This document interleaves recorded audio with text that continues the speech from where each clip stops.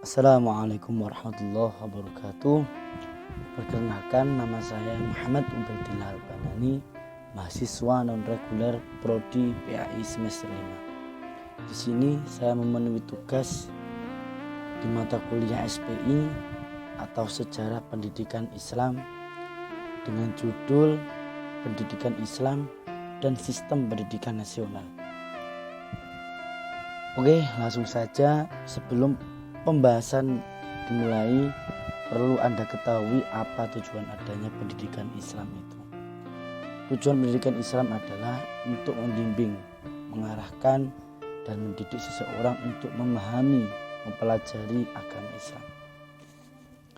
Yang berharapkan mereka memiliki kecerdasan berpikir, kecerdasan emosional, dan memiliki kecerdasan spiritual untuk bekal hidup menuju kesuksesan dunia dan akhirat.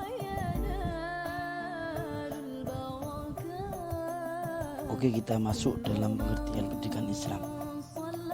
Pendidikan Islam adalah upaya rencana dalam menyiapkan manusia untuk mengenal, memahami, menghayati, dan mempercayai ajaran agama Islam dengan dibarengi tuntutan untuk menghormati agama lain dalam hubungan antar umat beragama untuk menciptakan persatuan dan kesatuan bangsa.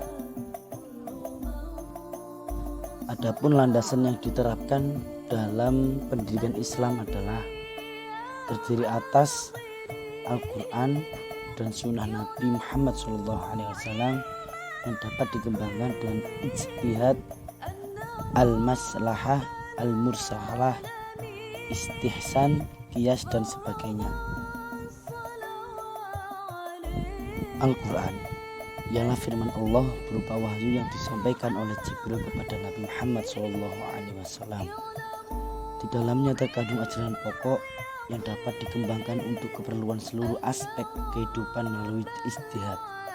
Ajaran yang terkandung dalam Al-Quran itu terdiri dari dua prinsip besar, yaitu yang berhubungan dengan masalah keimanan yang disebut akidah, dan yang berhubungan dengan amal yang disebut syariah.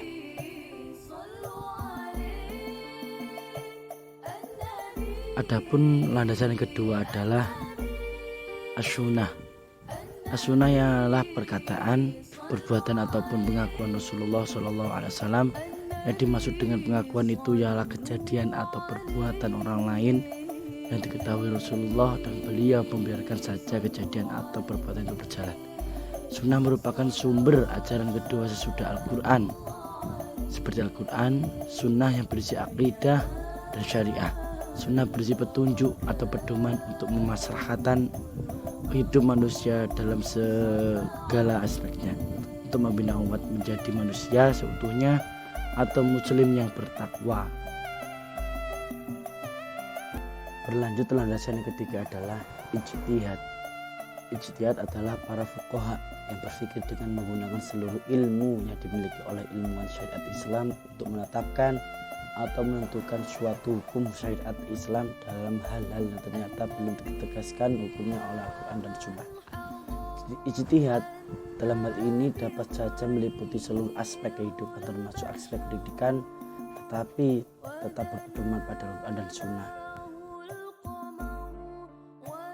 Lanjut dengan materi yang kedua adalah pendidikan nasional. Pendidikan nasional adalah suatu rencana untuk membentuk generasi penerus bangsa dalam suasana pembelajaran dengan memberikan ilmu pengetahuan agar tercapai kemampuan spiritual, keagamaan, kecerdasan, kepribadian, akhlak mulia, serta pengendalian diri. Pendidikan nasional bertujuan untuk membentuk karakter bangsa seperti menambah ilmu pengetahuan, kreativitas, keterampilan, kepercayaan diri, motivasi, serta ketakwaan kepada Tuhan Yang Maha Esa. Fungsi pendidikan nasional di Indonesia adalah memberikan suatu pengajaran dengan ilmu pengetahuan untuk membentuk karakter bangsa yang takwa kepada Tuhan Yang Maha Esa, serta mencetak karakter, kreativitas, dan kecerdasan anak sejak dini. Hubungan pendidikan Islam dan pendidikan nasional tidak dapat terpisahkan keduanya karena memiliki hubungan yang sangat erat.